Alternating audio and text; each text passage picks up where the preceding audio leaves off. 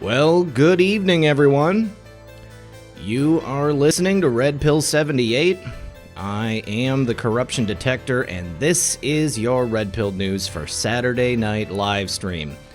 Want to thank everyone for joining us tonight. My good friend Charles Pixley is in the house.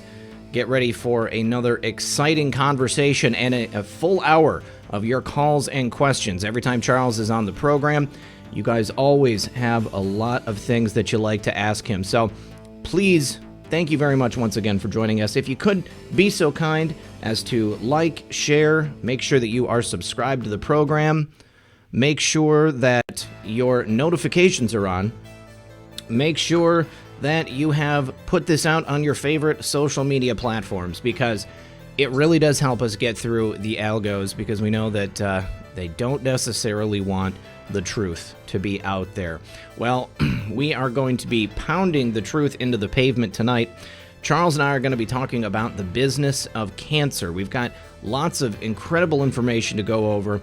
Of course, we're going to talk about Charles's personal story, things that he experienced on this journey, and we're going to be talking about some things he's been up to lately. He was just on Quite Frankly the other night. This is a great time for me to mention that Quite Frankly is actually going to be replaying that interview tonight at 11 p.m. right after my show with Charles. So if you guys like Quite Frankly, even if you don't, I suggest you go over there and check it out, because Frank is a great guy, Charlie's a great guy, and I know that the conversation they had was incredibly illuminating. We're going to be right back. Did you guys know that your assets are not actually yours when times get tough? So where is your savings? Do you have the permission to ask for them back? Well, if you don't have control of your money when things start to get tough, you're in trouble, and Noble Gold has the answer. A precious metal IRA with Noble Gold will let you have real hold on your own assets, because they're yours, always yours. Not bits of paper, not promises, not excuses. Precious metal returns are set to explode over the next few years. So if you get in touch with Noble Gold and discover how you can keep your money safe when you need it, all you need to do is give them a call at 877-646-5347, or go to noblegoldinvestments.com and let them know that Red Pill 78 sent you. Or you can always hit the link below and get the free gold and silver investment guide. Once again, that's 877-646-5347. Tell them Red Pill 78 sent you. And remember, when you support my sponsors, you support this channel. All right, guys, thank you very much for sticking around for us through the commercial opening. Please do consider giving Noble Gold a call. When you support them, you support my channel. And right now, I want to thank everyone for being here for my good friend, Charles Pixley. Charlie, welcome to the show yet again. I'm so happy to be here. You have the best audience. You have one of the best shows of what they call alt news, I guess you could say. But we are the news now. And I'm very happy and very pleased to be here. Thank you. Oh, I'm so glad to have you here yet again. Charlie, I just remembered the only thing that I didn't put in the show notes was the link to your book. So let's go through the story for people who haven't been here in the past and seen you on the show before. You got involved in something bigger than yourself, you could say. You were working with people who were very sick. You were trying to help people get better, and you paid almost the ultimate price for it. Tell us what happened. Well, to not go too far back in the history, in 1990, I found a book in Woodstock, New York. I was on vacation and had come out of bankruptcy. I was in the financial industry, and the company I worked for crashed, and the Reagan era. And in those days, we all wanted everything. We wanted to have all the money and all the cars and all that stuff. And it crashed, and I crashed. I broke my shoulder. I was out of work for 3 months, and I had at that time 3 houses and 2 cars, and it just it rolled up on me. And it's very fast when you get $10,000 a month in bills. It doesn't take long to go under. So anyway, in 1990, after much prayer and search, I was going on the prayer, or the inspiration for an entrepreneur is find a need and fill it. And in Woodstock, I found this book called Oxygen Therapies, written by Ed McCabe, Mr. Oxygen. You can find him on the internet, Mr. Oxygen. And he wrote a book called Oxygen Therapies, which in that book, I devoured that book that weekend, July 4th in Woodstock, and realized that oxygenation is either a remedy or a prevention for cancer. And it was astounding to me. It was like an explosion went off in my consciousness. Oh my God, you can cure cancer. And then the more I dug into it, the more I realized that there is that the industry itself is a racket, and they've been preventing cures for cancer to come out on the market for 100 years. And that, being a veteran, and having taken the oath to defend the Constitution against all enemies, foreign and domestic, I realized that we have a domestic enemy, and I was totally enraged. I couldn't put out the fire. It just wouldn't let me go. I contacted Ed. I had a concept, what I called at that time, a circle of energy. And in those days, there was no internet, and there was no cell phones, there was no Amazon. And so the circle of energy was, I said, Ed, I'll buy the book from you wholesale. I'll book radio shows for you. You do the presentation. You give my phone number, which at the time was 1-800-HIT-IDEA, and I'll sell the book retail. So the radio station would benefit by having good content. The public would benefit by getting knowledge that they could use to remain healthy or restore their health. And he would benefit by marketing his book, and so would I. So that became an instant hit. And I had authors lined up. It was a handshake deal. Nobody denied that offer. I mean, the only caveat was, if you don't give my number, I stop working with you. So nobody violated that. And the next author I had was the Major General Perry Smith, who was the senior military advisor on CNN during the first George Bush Gulf War. And he had a book called Taking Charge, How to Run a Large Organization Successfully. And he was a Schwarzkopf classmate, and he was a F-14 pilot in Vietnam and so forth. And he worked at the Penny. He was a 2-star general in charge of one of the units at the Pentagon. So I booked him on Dr. Schuler's Hour of Power, which was very popular at the time, and also the 700 Club, which was also very popular. And in those two shows, we probably sold 150,000 copies. So it was instant from rags to riches. And while I was doing that, somebody thrust a book in my hand at a seminar I went to. They said, if you're doing that for those people, you got to do it for this guy. And they thrust this book into my hand. It's called The Galileo of the Microscope by Christopher Bird. And anybody who's read The Secret Life of Plants or Secrets of the Soil knows that Chris Bird is a world famous author. His Secret Life of Plants has been written in 20 languages and is still a bestseller today. And Chris was former CIA and spoke 6 languages and quite a character. He had all kinds of geniuses in his orb. So Gaston Nason was the topic of the book, and Gaston Nason is a microscopist. He invented a microscope that is extremely powerful, and he was in Lyon, France, and he picked up on the science of Émile Doyen and Antoine Béchamp, and they had discovered in the blood of all living beings what they termed the tiny body, or somatide, or somatid. And this somatid is in our form, in our blood, and it's indestructible. And it's the last stage of light that God has created us as forms of light, as forms of vibrations, and before it becomes DNA. And that somatide is indestructible. And it has a 3-stage life cycle, which you can see. I put copies of pictures from the microscope in this book, in my book, so that you can see them. And there's this 3-stage life cycle in a healthy body. But when the body goes into a degenerative state, it goes into a 16-stage cycle. And each of those points of that change, like a butterfly or coming out of a chrysalis, you can literally pre-diagnose degenerative disease, cancer, 2 years before it happens. And then from there, he created a medicine known as 714X, which is a homeopathic compound. It's and this medicine quite literally is a miracle in the fact that it's been presented for the world to use. And it should be the foundation for all treatment for cancer, because all cancer secretes a hormone that blocks the immune system. That hormone is called HCG, or human chorionic gonadotropin. Mm-hmm. And it's the same hormone that is secreted by an ovum before it becomes implanted in the mother's uterus to become a baby.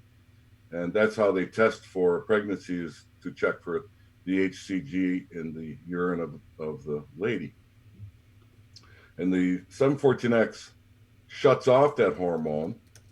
Let me back up 1 second. When the 714, the hormone that is secreted by cancer blocks the immune system. The immune system is blinded by this hormone, and therefore the body doesn't even know it has cancer, and the cancer grows without any inhibition.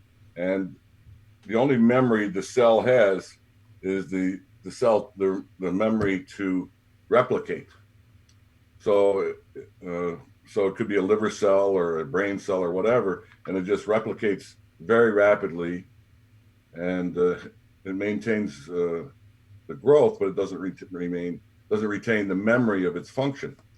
Well, anyway, the 714X is injected into the lymphatic system, and most of the time when somebody has cancer, their lymphatic system is, shall we say, cloudy or clogged up, or it's gelatinized, or I don't have a specific way to describe it. It's just not running as smoothly as it should. It seems in what I've seen happen with people, and this happens certainly in my father's case, is that seemed to be where the cancer spread immediately. Rather than the lymphatic system flushing out your body of sickness, it seemed to carry the cancer throughout his body.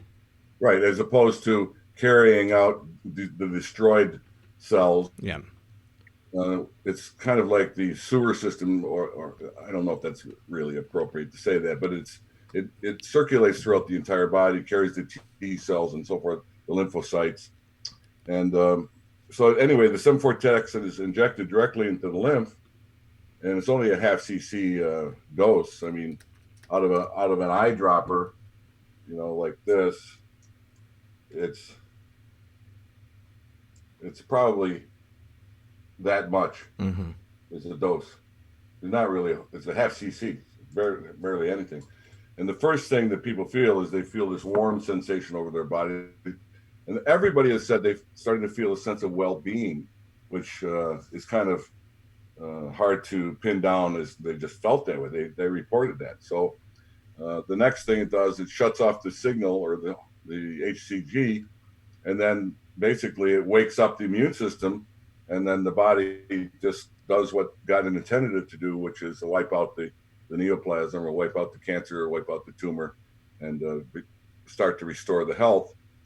And simultaneous to that, the therapists, the doctors, I'm not a doctor, but the people that I work with, my professors and my trainers, and they would enhance the immune system with every way they could think of, such as a diet change and enzyme therapy, and maybe in some cases SCAT or a METHYLENE or whatever. And many people just did their own thing, and some people did chemotherapy at the same time, which I never could understand, but some did. So in so doing, so this became, instead of putting Chris Bird on the radio, I wrote a book, this book that's here, Do No Harm. And because under the law, Title 21, Part 56 of the United States Code, it mandates informed consent. So when you use any substance that a doctor prescribes, or that you are asked to use, you are required to give your consent, and you should know all the negatives and all the positives. So then I heard about an institution, or a function, I guess you could say, of how to bring medicines to the market, and it's called an institutional review board, or an IRB. And all the medical institutions and all the colleges who work with the medical colleges, they have IRBs, and that IRB's job is to oversee the protocol and monitor the progress and regress of the clients on the therapy. and they provide them with the informed consent and so forth. And it requires one woman, the chairman, which was me because I formed it. Then it has to have a chief investigator, which was Dr. Dietmar Schildvector. And then we had a dozen other doctors. One of them was Dr. Robert Atkins, the diet doctor out of New York City, who also had a very famous radio show on WABC every day. Mm-hmm. And he was always controversial, but the FDA always kind of left him alone because he had such a powerful voice over the air all the time. And we had other doctors, not quite so high profile. One other, which was kind of remarkable, was a doctor out of Alaska. He was the first holistic doctor to ever be appointed by the Governor Hickel to be the Commissioner of Health for the state of Alaska, and he was on the board. So we formed the Institutional Review Board. We informed the FDA. By the way, the IRB comes under the laws of Congress, not under the FDA. The FDA, it's kind of a adjunct. Pardon me. And so we informed the FDA of what we were doing, and they acknowledged it and addressed me as they would send me mail addressed to the Institutional Review Board in my name. So that was a good sign. And then later, now this is 1991, 92, and we then started. I started doing the radio interviews, and I did hundreds of the shows in that time, and people would purchase the book along with Chris Bird's book and the Do No Harm book, and that was what we just basically educated the public. But there were so many people that called in, it was astounding. It was just like somebody opened a fire hose on you. I did a 5-minute interview on KABC in Los Angeles at 7 a.m, a 5-minute drive time interview.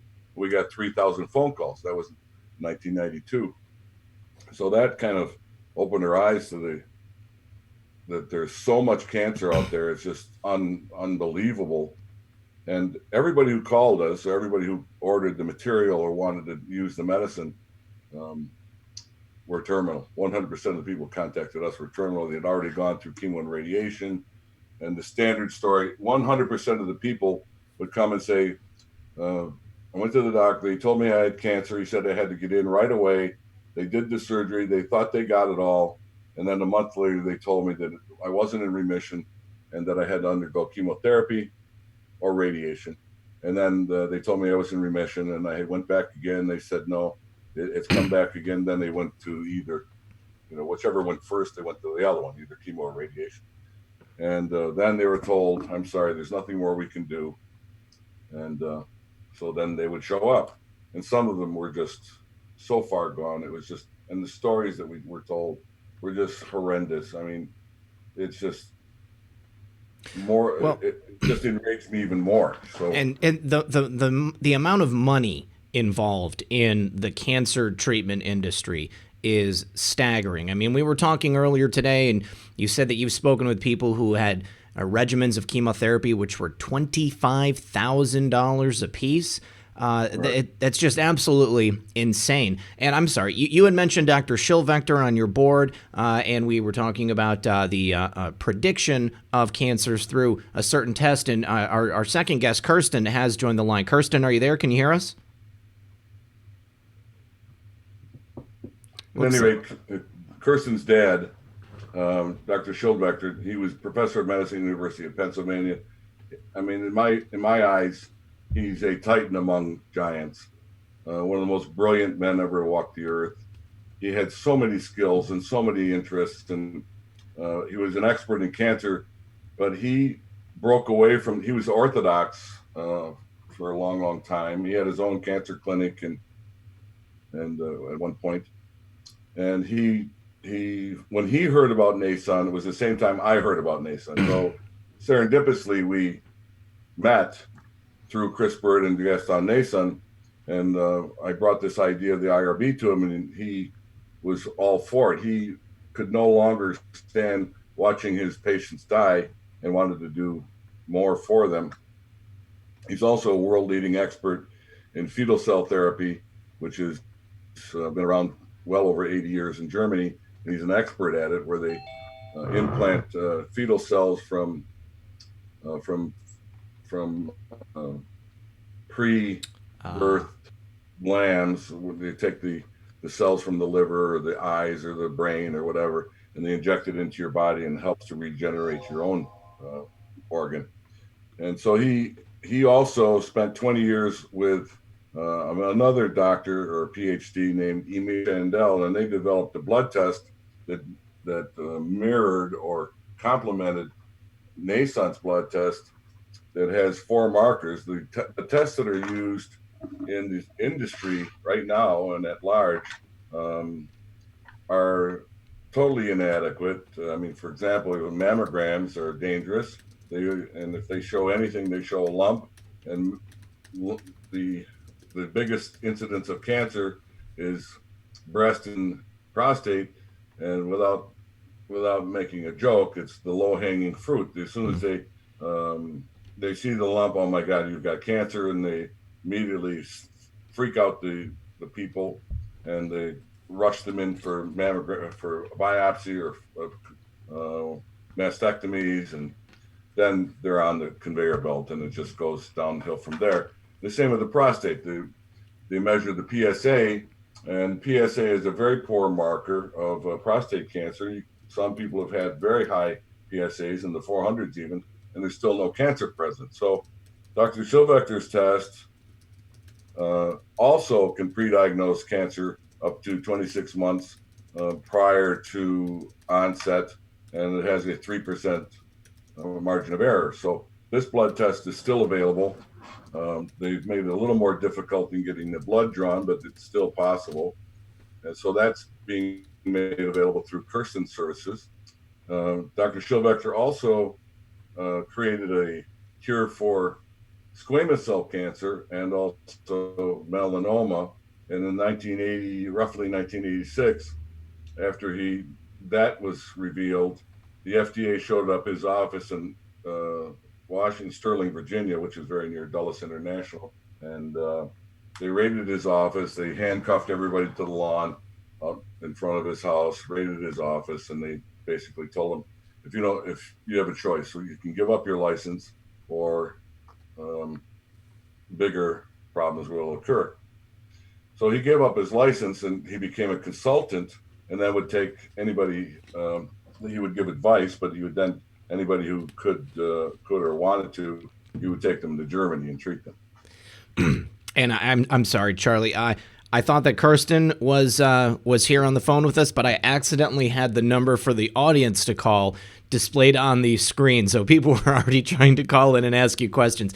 You guys call back at the top of the hour. That was an accident. That is a big bad on my part. Now, yeah.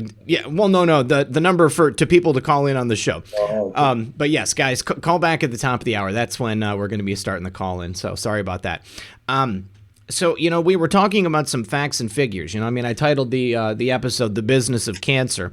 With the fact that chemotherapy and traditional cancer treatments are just so incredibly expensive, and I guess their efficacy, I think, is questionable. You got people getting sick and then dying from things that they contract as a result of the chemotherapy because the cancer itself isn't killing them. And then we've got facts and figures which point to the fact that if somebody has bad insurance or Medicaid, if they have Medicaid instead of private health insurance, they're a lot more likely to die even than people who contract cancer who have private health insurance. Can you tell us a little bit about that? Well, I looked up this week. I was doing a little more research, and I can't quote the link. I have the link. I just can't take it off the top of my head. But it's from the CDC and NIH study on the incidence of death due to disease. So I don't want to bore everybody with numbers, but I'll try to go through this quickly. It says that out of all the forms of disease, 721, as of 2017, 731 per 731 per 100,000 are dying. Now, one of the classic things that the scientific industry does is they obfuscate numbers when they tell you about studies, the studies they do, they're all twisted, and they use statistics that have been manipulated. So, but this is from the NIH. So I added up. It said incidence of all cancers was 202 per 100,000. But then they break it down to male, female, Afro-American, Asian, Latino, whites who are not Latino, and blacks who are not Latino. You take all those forms of cancer and you list them, and you add all those up, and it comes out to 1,387 per 100,000, which is completely different than the original statement that is 731. So there's 300 as of they say there's 330 million Americans. Now, let's just use that number, whether it's true or not true. I'm thinking it's more, but so that means that there's 3,300 incidents per. If it's per 100,000, that means there's 33 100,000s in that 330 million. So take the 1387 times 3,300, and you get 4.5 million people who have cancer in the year, not 1.7 million. Right. Then you take that and a very generous $100,000 per person per cancer in 1 year. And it comes out to $457 billion just in 1 year, according to their own numbers, using 100,000 as the median cost. And it's probably much higher than that, but I'm trying to be fair, but also make the point. So then you take it and extrapolate it to the world. And according to the population statistics, which I also sent the link to, you can look at any country, what's the population, or the world, or sectors of the world, and it says there's 7.7 billion people. Wow. So you divide that by 100,000, and that comes out to, what did it come? The incidence of cancer based on those numbers, and of course these are estimates, and this is extrapolation. That means that there's 77,135 per 100,000 people, times the times the $100,000 per person. That means there's 106 million, call it 107 million people a year worldwide, at 100,000 a pop. That's 10 trillion 698 billion per 100 at the $100,000 mark. So $10 trillion a year is a generous estimate. So since they put me in prison in 1996, that's approximately 23 years. So you figure, let's be generous, 2 million people a year in the United States times 22 years. That's 40 million people that your country has overseen the death of, while in fact there are numerous cures for cancer that they've prevented, and that's since 1920, and we can go over the list. There's a long list of cures. You're not supposed to say cure, but it's okay to search for a cure, do a marathon for a cure, wear pink shoes at a football game for a cure, collect money for a cure, but you can't say that you have a cure.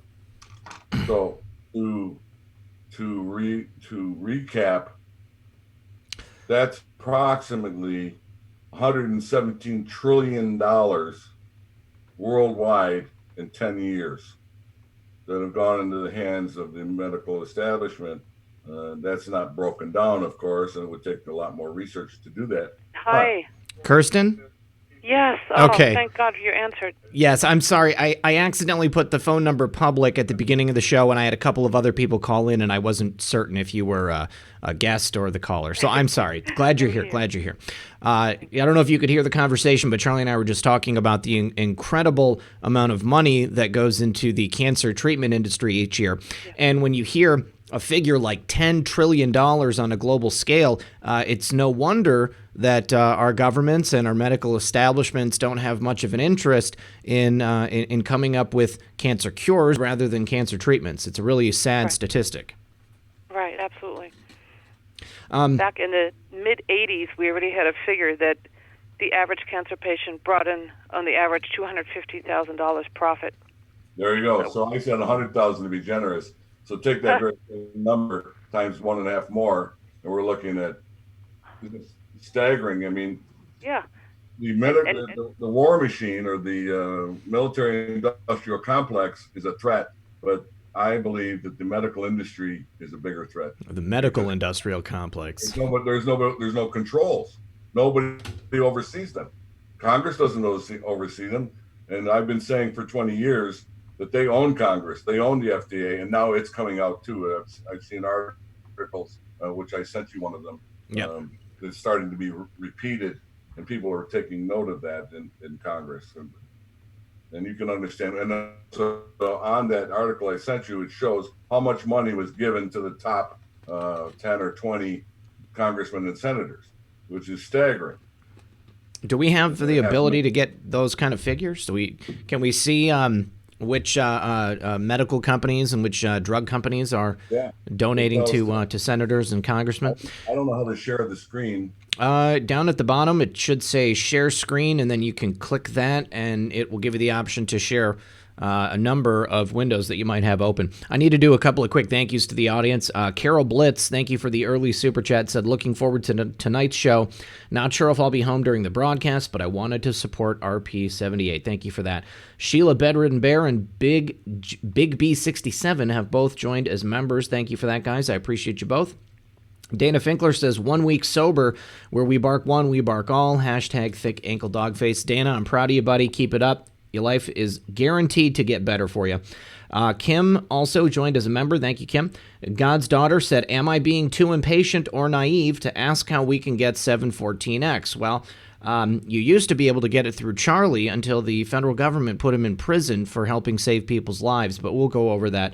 And then also Kim asked, does he have any info regarding the Gerson list? Thanks.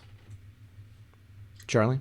I haven't been able to figure out how to share this yet, but I sent you the links. And is that by email? Yeah, we'll work on that. But to answer the first question, Gerson was one of the ones that were castigated, but he came out, the original diet, the therapy that Max Gerson came up with, was, I think in the 1930s. There wasn't much available in those days, and he was disgusted too. And they basically, you have to cut out everything: no sugar, no salt, no tea, no flour, no goodies, no nothing. And you juice your fruits and vegetables and drink that, juice it and press it. And then in his original diet, you had to drink a shot glass or a little bit more of calf's liver blood every day. And I suspect that that's where there was a dose of somatides, regenerative somatides. And terminal cases were being restored with that diet at that time. And then Charlotte Gerson took over when Max was gone, and she had a clinic. I think she was in Florida, and I heard recently that her son is still carrying on with the work. I don't know where they are, but they're out there. It's still available, and you can get the book, I'm sure, the Gerson diet, and then I think Charlotte's got a book available as well, which describes it. So it's when you're from your normal food budget, your food budget will go up, but your health will go up also.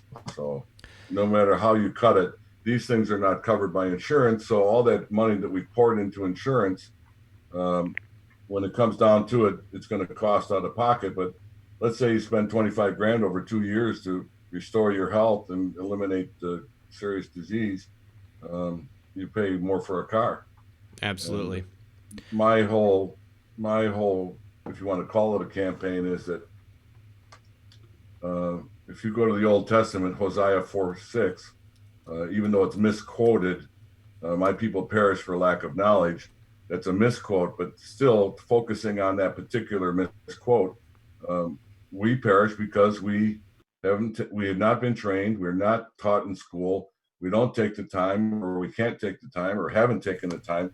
And this is why the book that I put together and other people put together, other books, it gives you the access to the knowledge so that you can restore. Now, it may sound freaky to you, but we had 6 children.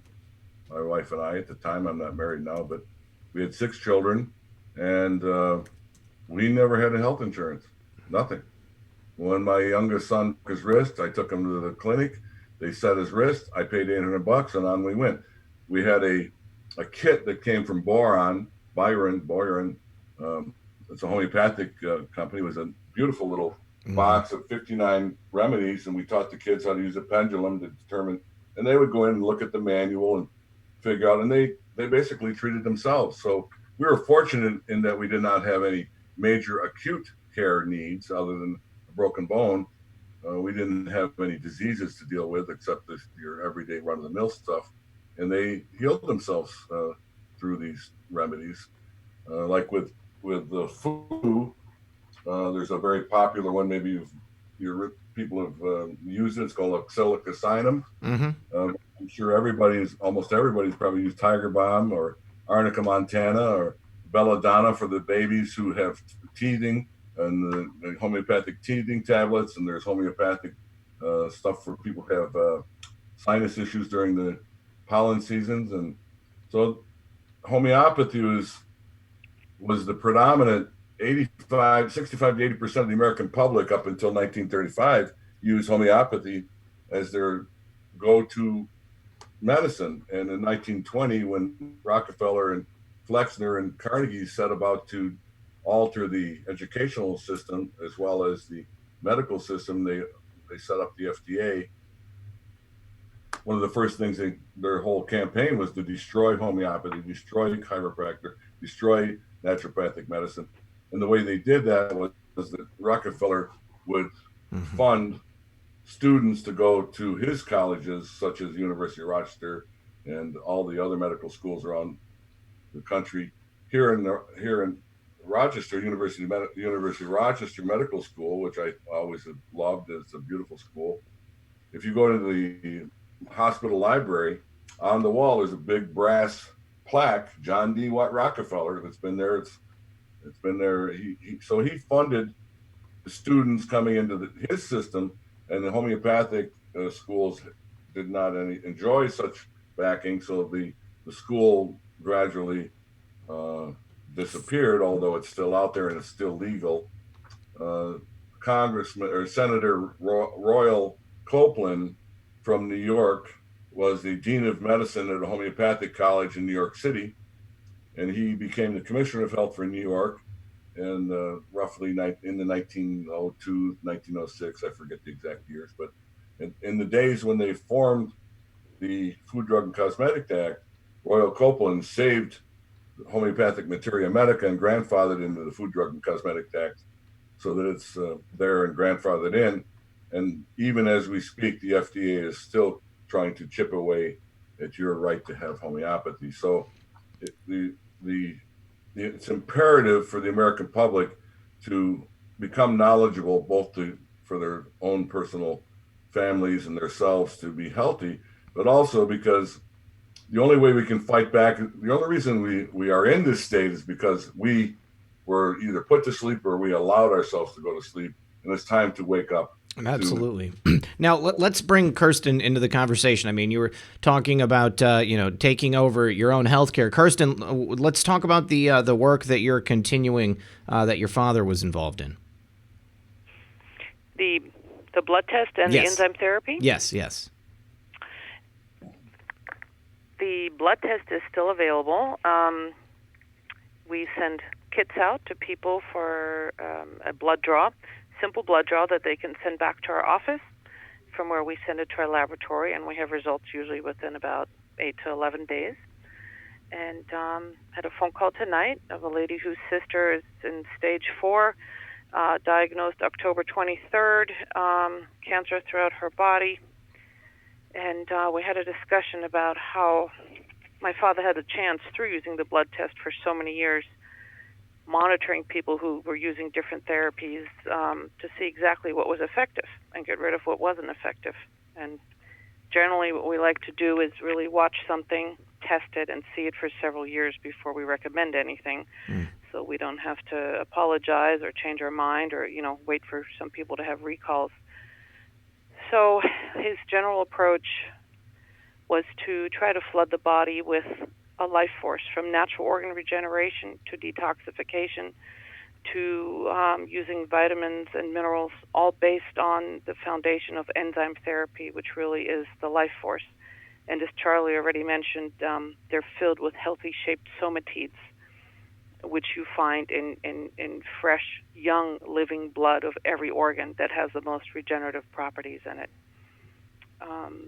As far as hormone therapy goes that people do, we like to regenerate the organ that is in charge of producing the hormone rather than giving hormones artificially, which might send a signal to the brain saying, hey, you don't need to produce this anymore, and become even lazier. We saw that cancer really does nothing other than manifest itself in the part of the body that has the weakest resistance. So unfortunately, when you already have somebody in that condition and might have a low immune system, adding chemo or radiation could possibly wipe the person out completely. So the beautiful benefit of doing the blood test beforehand is to see how much room does the person have left to have any toxicity. Hopefully they won't need any, but we can see if somebody wants to choose chemotherapy, are you even able to recover from that? And if you do choose it, preferably only so little that you just halt it and then buy yourself time to come with natural methods to flood your body with health, and through that overcome the evil.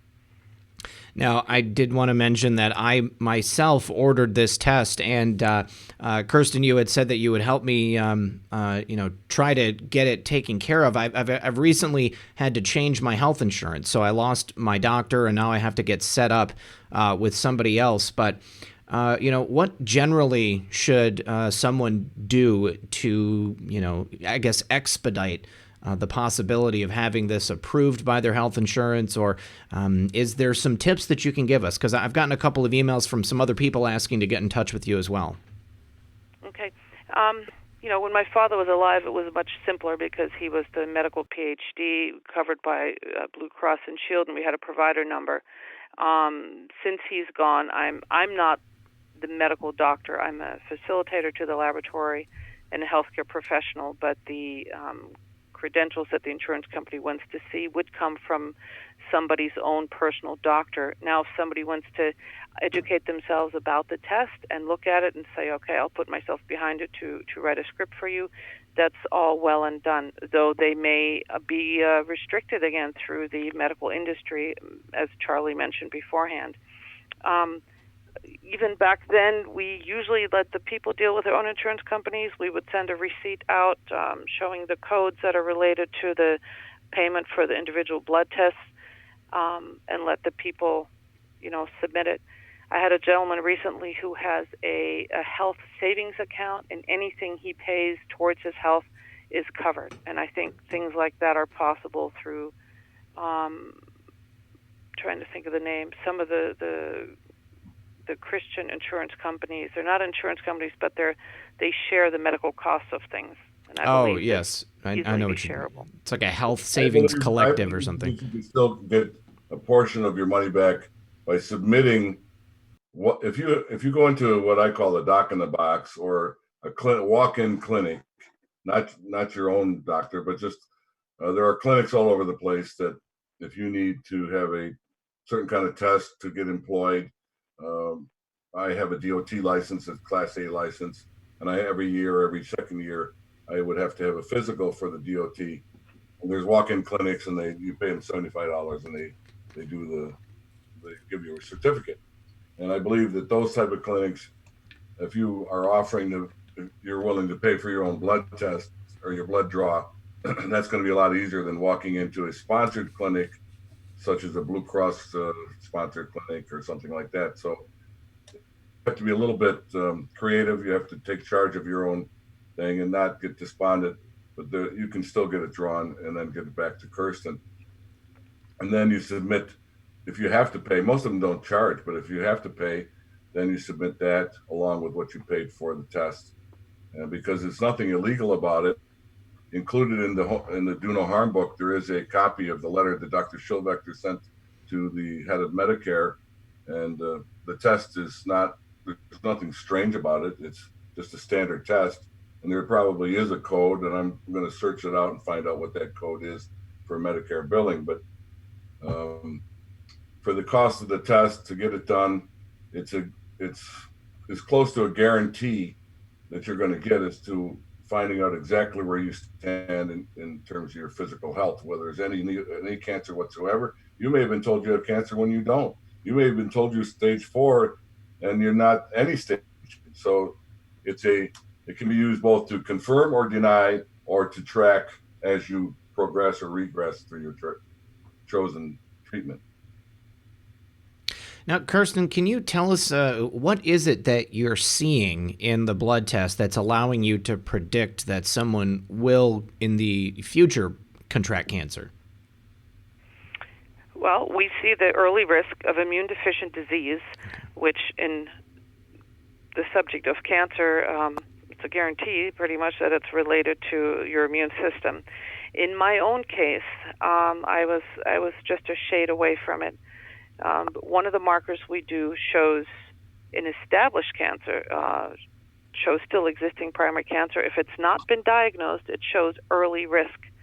Mine was twice the normal level, so I was at a 2.0, which could at any moment start cancer. I was not 2 years away, as you can be, which shows up to 2 years ahead of time the risk of you developing cancer. So if you have a super low immune system, you have marginal test results on the others, it's a matter of time before your immune system sinks one step lower and then all weak areas flare up.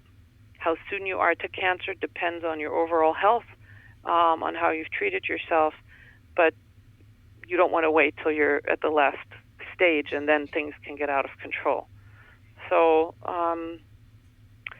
in my mother's own case, who had lung cancer, and we got her in remission within about 3 months after the doctors had declared her stage 3, and another person said, well, she'll be probably gone in a few months. Her normal values were just borderline within about 3 months of us doing the therapy on her. So each person is individual, but we want to see normal values in all markers. And if something is far out of control, hopefully we have 2 years. If not, we could at least have several months, if not 6 months or a year, before something goes crazy. Does that make sense? It does. Precise what it is they're testing, if you want to hear it. Okay. We test the whole strength or weakness of the entire immune system, not just counting red and white blood cells, the whole strength and weakness of your liver. We test primary cancer activity and metastatic cancer activity, and we have a backup marker that will show abnormal if there is organ involvement. So it's not specific to where the cancer is in your body, it's that cancer is in your body, or that you're close to having cancer.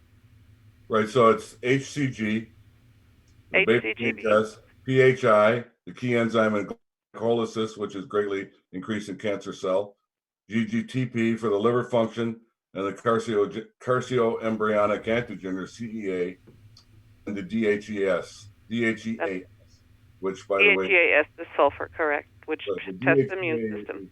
The DHEA actually is capable of repairing genes, which is very few people even recognize that. Right, and you remember Doc studied genetics back in 1950 to see if that could be the key for reversing risk or what have you. And he said even if you're genetically disposed to having a higher risk of cancer, it does not mean that you have to get it, and you can certainly prevent it. And Kersten, we've got a lot of people asking in the chat how they can reach you and how they can get the test for themselves. Okay, best way would be through email. Email is JC, like Jesus Christ, the number 4, and the word cure, CURE, @gmail.com. The office phone number also is 772-461-4121. Best is to send an email, as unfortunately some of the messages don't come through for several days. Right. I highly recommend as well to take advantage of this book that we spent years putting together, thousands of hours, so that you can read it, understand it thoroughly, so when you actually go in for the test, you know what you're talking about. And also you're complying with the federal regulations of informed consent. And it gives you everything you need to know, both on the sublime to the totally scientific about the 714X and enzyme therapy, the blood test, the somatidian orthobiology, or the study of somatides. Otto Warburg's treatise for the prime cause and prevention of cancer is in there, and numerous other things, both legal and scientific. So that's the traditional way to get to Kersten. Or not to say you shouldn't contact it directly, just that the reading material is there for your benefit for that purpose. Now, Charlie, can we talk a little bit more about the somatides? Because we've talked about it here on the program before, but until you had brought them up, I had never heard of something called a somatide. Is this something that is widely known in medicine? Or, I mean, because, I mean, like, you know, in studying cell biology, I mean, this was never anything that I'd heard brought up previously. No, I don't think you're going to find it widely known. I think that there's the so-called alternative doctors who've discovered nason and studied it. I don't know how much of this you can see. I can see it, yeah. That's the somatidian. Let's see, right here. This is obviously a drawing, but the somatides are right here. That's stage 1, 2, 3. In a healthy body, it's 1, 2, 3, 1, 2, 3, 1, 2, 3. And as the body starts to degenerate, you see the spores and the bacteria and the other formations that start to come. And then over here, you see the blood cells that are completely included with the somatides inside the blood cell.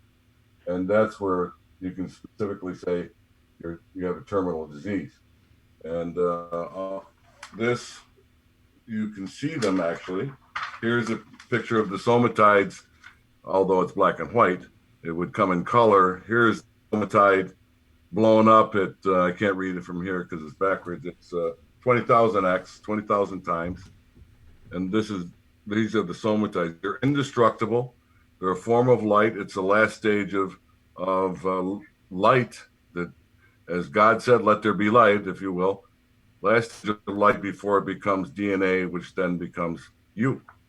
And here is a somatide 1 somatide.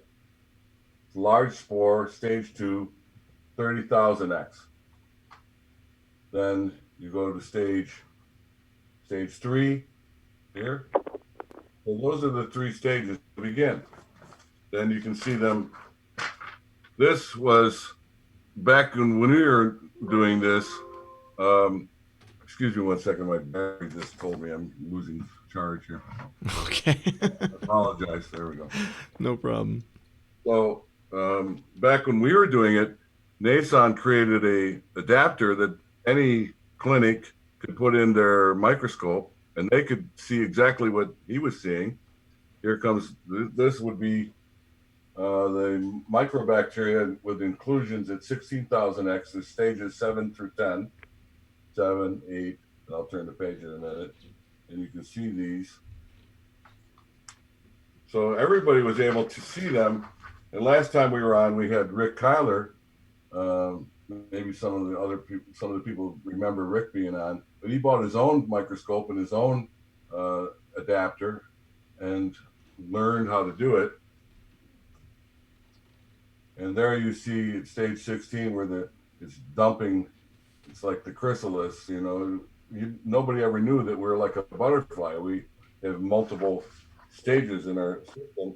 And I used to say it's the biblical ashes to ashes, dust to dust. And this is where the body is starting to cast off the 16th stage, and your body is going into a state of taking you back to earth.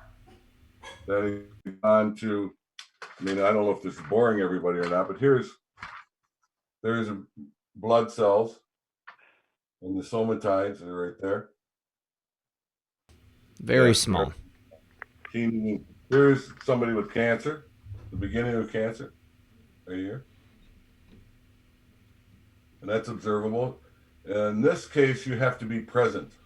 You take a drop of blood from your ear or your finger, and here is somebody who's clearly on their final stage. Right. I need to do a couple of quick thank yous to the audience. First of all, Joseph Atencio said, just wanted to say thank you, RP. Love your show. Thank you for that, Joseph. I appreciate it. Kim said, a fantastic documentary to watch is Crazy Sexy Dancer. It follows Chris Carr's cancer remission journey, how diet even changed her blood. Amazing. Now, Kersten, with the test, it looked like somebody was asking what's the name of the test, but really you're doing a battery of tests. It's a variety of tests to tell a number of different things. And you said that really it tells when there's a deficiency in your immune system. So could this test also point to additional diseases or illnesses that the person could contract? Absolutely. The test does not diagnose, but it helps form a diagnosis for the people's doctors, also when they're looking at your health. The wonderful thing is that it tests the whole immune system, which, you always hear if people have things going on in their system, the doctors do tests, they can't find anything, they say, oh, it's just in your head, but they neglect to check your own body's defenses, which God gave you to help overcome disease and help prevent it. And often when we treat the immune system and make it stronger, all other things clear up, including cancer, including MS, including Lyme disease symptoms and what have you. So as the immune system weakens, our weak areas flare up and things can get so out of control. So I'd like to add this more than one time when we've done this, people ask, what's the name of the test? There is no, you can't walk into your doctor and say, I want the name of this test. It's not that. There's no, it's not out there. It's one of a kind. It's been with Dr. Shandell and Schildbecker spent 20 years developing, and it's now 40 years.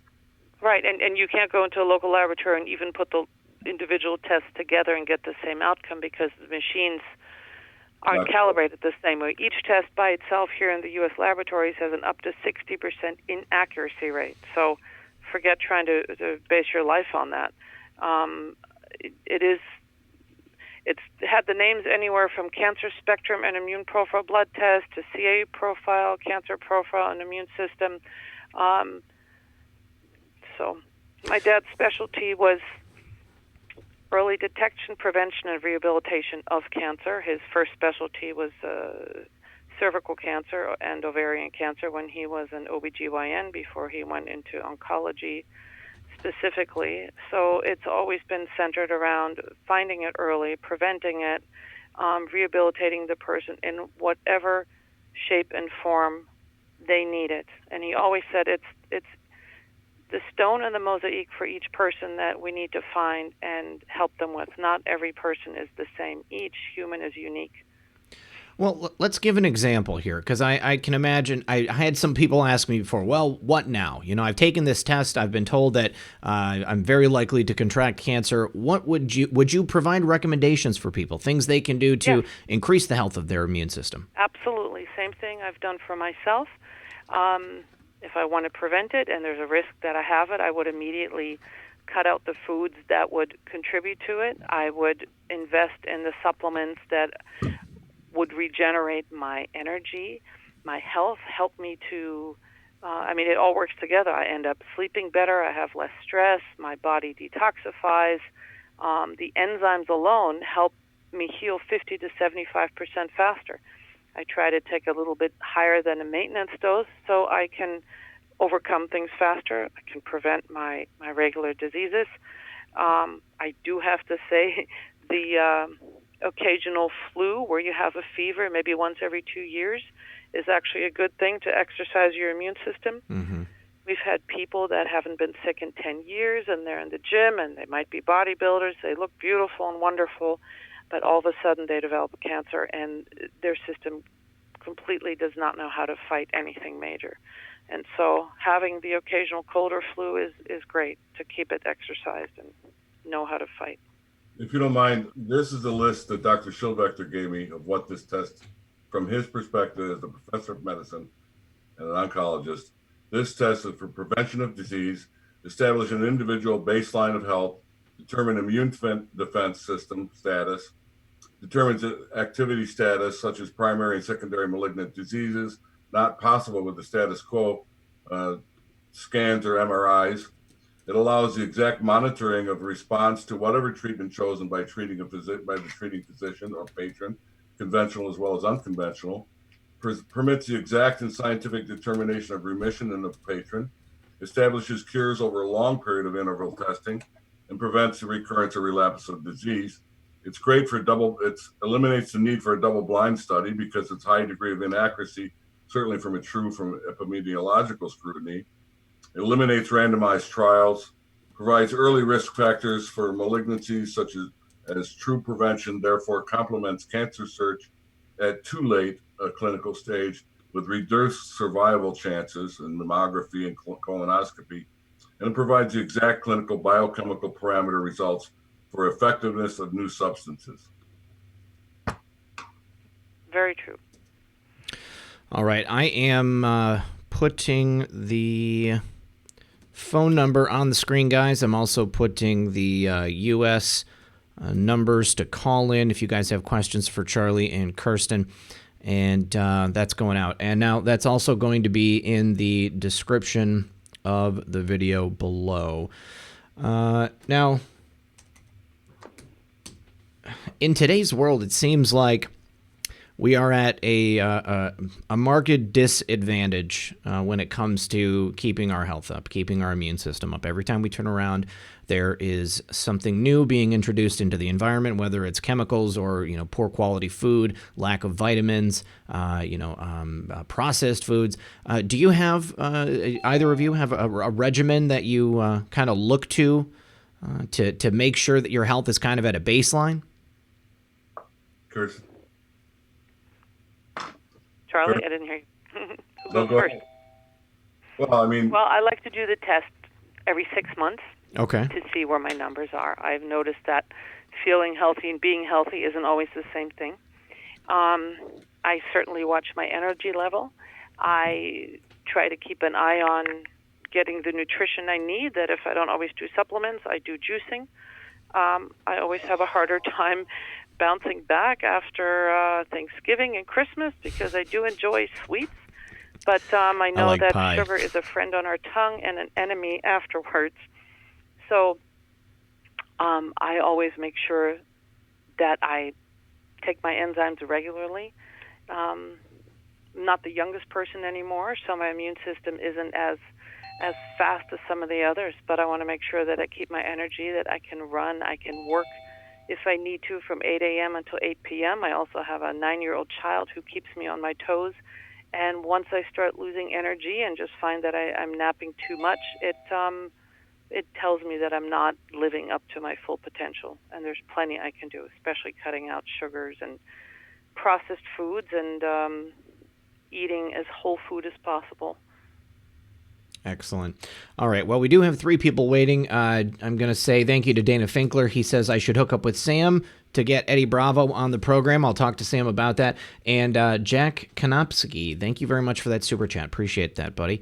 All right. So first of all, we're going to bring in Katie, Love by the Moon. Katie, are you with us? We've got you on the program. Looks like we need to get your microphone set up.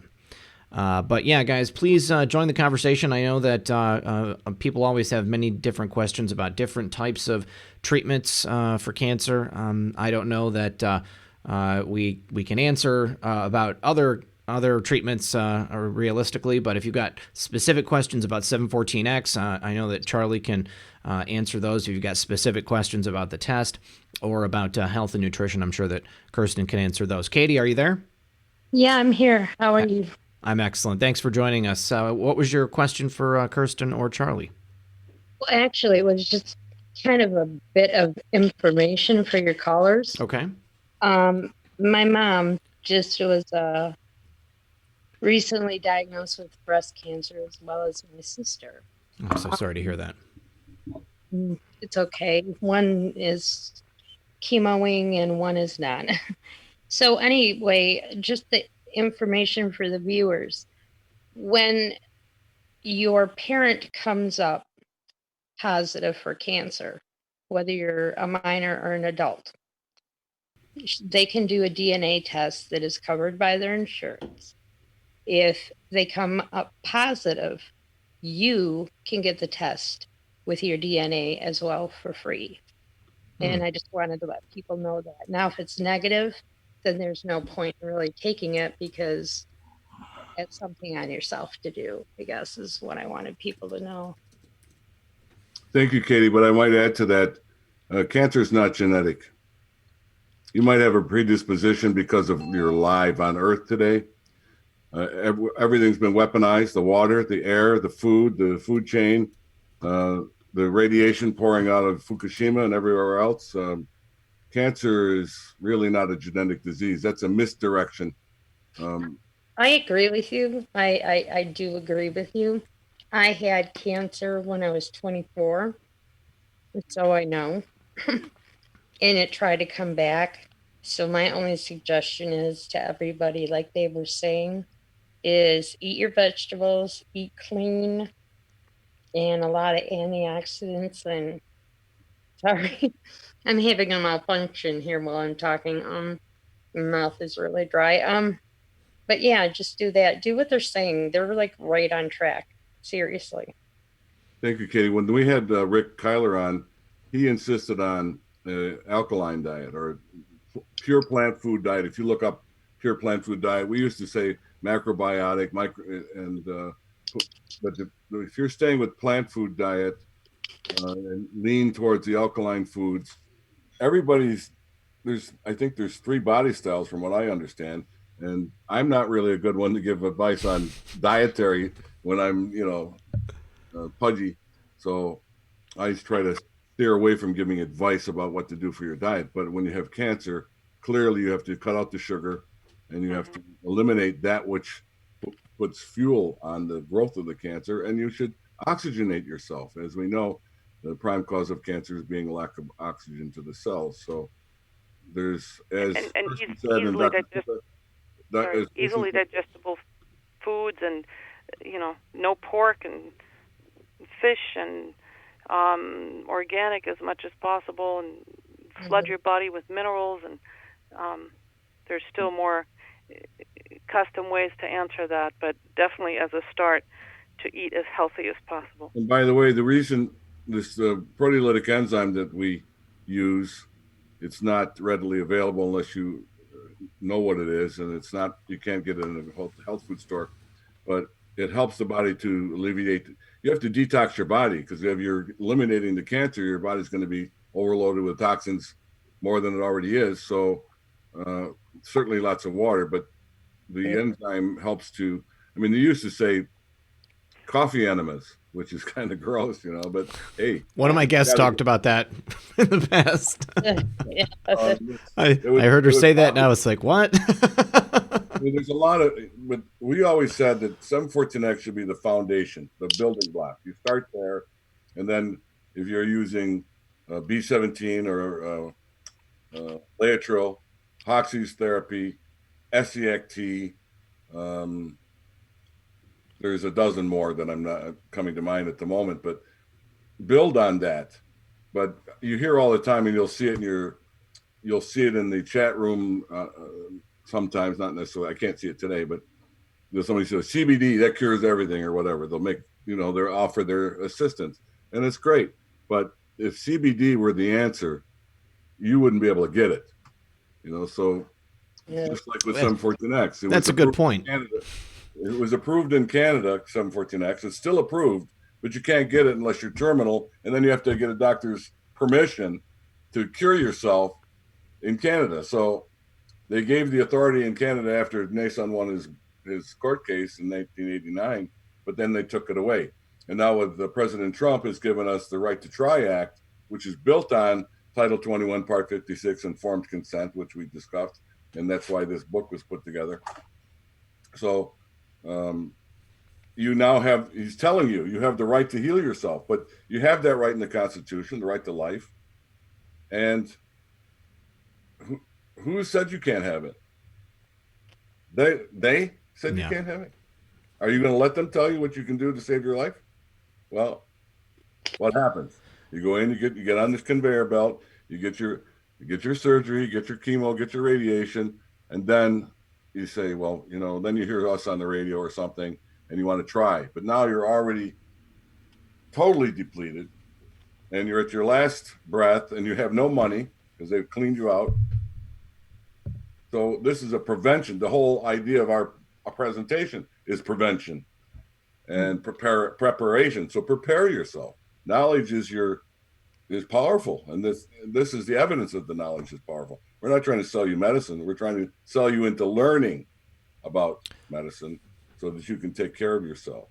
That's a great point, Charlie. Well, Katie, did you have one more point you wanted to make? I've got 9 more people behind you. Yeah, I was just going to say to you, what I can do for the viewers is I can email you exactly what my my aunt was doing, and of course everybody's an individual, but she had cancer 5 times: breast, ovarian, uterine, fallopian, let's go the whole route. But she is alive and she is in her 70s and she beat it every single time. So they got it down to a science, her and my uncle. And I can just, Bless her heart. yeah, please, give your email. Why don't you keep getting it is the thing. I mean, there's what's the underneath all that? Then she should take a look perhaps at this material too. Oh, I absolutely, I'm going to share this video with her, but if I can do that for the audience, it's a mixture of intermittent fasting, foods, and of course, exercise and certain supplements. So thanks for listening, and thank you both. Did you want to give your email to the audience? It is katie.osman77@gmail.com. All right, excellent. And feel free to drop it in the chat box as well. Okay, thank you so much, and you guys have a great night. You're welcome, Katie. You do the same. Thanks for your call. God bless you. Okay, God bless you. Okay, let's see. Coming up next, we've got Carl to go. Carl to go. Got to get your microphone turned on, buddy. But I did have a super chat I needed to say thank you for. First of all, thank you again to Jack Konopsky. And then also thank you to Filled with Hope. Says, I work in the medical device industry. I could write an essay. Suffice to say that people should not blindly trust doctors. Many of them are good people, but they've bought into a narrative. Do your own research. It's a great point. I mean, clearly, there's a lot of good people in the medical industry, but they only know as much as they've been taught or as much as they have been told to tell their patients. Carl, are you there? Yes, sir. Can everyone hear me tonight? I can hear you just fine, sir. How are you? Awesome. All right. I want to say hi and welcome to the show. You're great. I've researched you just a little bit on the 714. Haven't gone too deep into it, but it runs along with a lot of the research on cancer cures. You mean the part that I'm a quack and I'm a fraud and I've been. Well, of course. Yeah, I mean, if they didn't say that, then you would be accredited. Exactly. I've been backwards speak. I've been researching this stuff for a while. There was another gentleman, I forgot his name, but he was promoting the 30% food grade hydrogen peroxide. He was a doctor. You guys knock it off. I've got 7 Dobermans that are playing around me. So if you hear that, but he was curing cancer in the 70s, 80s, 90s, I think, somewhere right around there. And he was so effective that they arrested him over and over and over again just to keep him from curing people. Another one is for an all over health / against big pharma. Have you heard of Dr. John Bergman? He's got an amazing YouTube channel. No. If you get a chance, look him up. And he is he's amazing. He's a chiropractor. He teaches about natural health, how to cure diseases through foods, how to cure diseases through basic chiropractor. If you have a decent, if you're aligned, it helps your body repair itself faster than when everything's out of alignment. Anyway, his last name is spelled Bergman. He's amazing. He uses big pharma's against themselves, especially anti-vax and everything else. It tells you, what disease you have. It'll show you what it's caused by and how to cure it. And one other thing that I came across just recently that kind of blew my mind is called My Cancer Story Rocks, or mycancerstory.rocks is the website. And it talks about fenbendazole, which I thought was kind of crazy until I did the research into it. And they set it up for human trials in the 80s and 90s as a human dewormer. And it was effective, so they took it off the market. Well, they took it off the human market and they moved it over to the animal department. And you can, even today, you could pick it up through a dog dewormer and a horse dewormer for about $13. Well, there you go, the informed consent thing. And throwing things out there, people will try just about anything. But I would say, just like with this, what we're talking about, become knowledgeable first before. Right. It was the John Hopkins toxicity study did a test on it at 1,500 milligrams, and it showed that liver and kidneys tolerated it with almost zero issues. What is it called? As almost zero reaction at 1,500 milligrams. Because it brings up my joke of the week. Oh, good.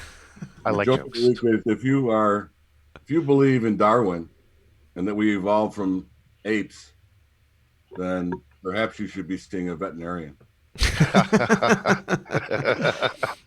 Why aren't doctors who believe in Darwinism, why aren't they trying to DMs instead of MDs? There you go. Oh, yeah. Carl, I touched on that fenbendazole, or however you pronounce it, last night on the show. I don't know if you saw that, but I was just, wondering if it's a dewormer, then what does that say about cancer in our bodies? Yeah, I mean, because I've heard correlations made between parasites and other diseases before, including cancer. And so how much research have you done on the actual method by which it works? I watched a few videos. About as much research as me. But the people that did do the research said that our primary causes of cancers and diseases are due to the amount of parasites we have in our body that society doesn't want to recognize that we have. I mean, I'm surrounded by Dobermans right now. When they have worms, I use the fenbendazole and I get rid of their worms, but I don't take it because I don't know the effects it's going to have on me. Stupid. If it works for a dog, it works for us. Yeah. There's nothing. I mean, there are very few chemicals on this planet you can give to a living creature that will have adverse effects to humans. We're all basically you're basically talking about the ages-long dichotomy between the two major schools of the healing arts, which is the standard school, which gives you mercury emetics and very toxic substances and burning. Kills you slowly. Yeah, chemicals. Theirs is tweaking, you got too much of this and not enough of that, and you're just a bag of chemicals. And the other side, you have the empirical school, which is they're watching the whole being, or the milieu, as Béchamp and what we discuss. We're more eclectic, meaning that what's best for the individual. You might want to use a little bit of chemotherapy, some antibiotics, and then 714X and enzymes and special diet and this wormer that you're talking about. So it's a collage of things, but it's eclectic, meaning whatever's the best for that person to restore their health, to help the natural, for the body to do what it's supposed to do, as opposed to beating the crap out of it until it dies. Let's see, we burned the village, we saved the child, So. Right. Well, yeah. you know why that makes a lot of sense to me is, the fact that, as you said, everybody's an individual, and the environmental factors in each person are probably going to be pretty varied. I mean, people are all going to have different diets. They're going to grow up in different areas where there's different toxins and pollutants out in the air, in the drinking water. I mean, it could be quite a few number of things that are making people sick. It's not just the cancer, as Kersten was saying. I mean, it's the reduction in the function of the immune system, which is allowing these other things to take place. And Yeah. and it also depends on what type of cancer it might be. I mean, Yeah. you could have a cancer in your jaw. You could have a cancer in your intestinal system where maybe deworming will help rid it of many toxins and you feel better. But I think overall, if you restore what God gave us to attack and overcome and make us healthy again, if you feed that, it's impossible not to go after invaders and bad cells, and whether it be cancer or MS or what have you. You allow things to enter your body that are digestible, that are full of health, that are natural. You don't have to detoxify after you ingest it. You feed it what you might eat if you were in the Garden of Eden and you were a little rabbit and you looked around and everything you put in had a health benefit to it. Eventually disease is going to run. It's going to get out of you.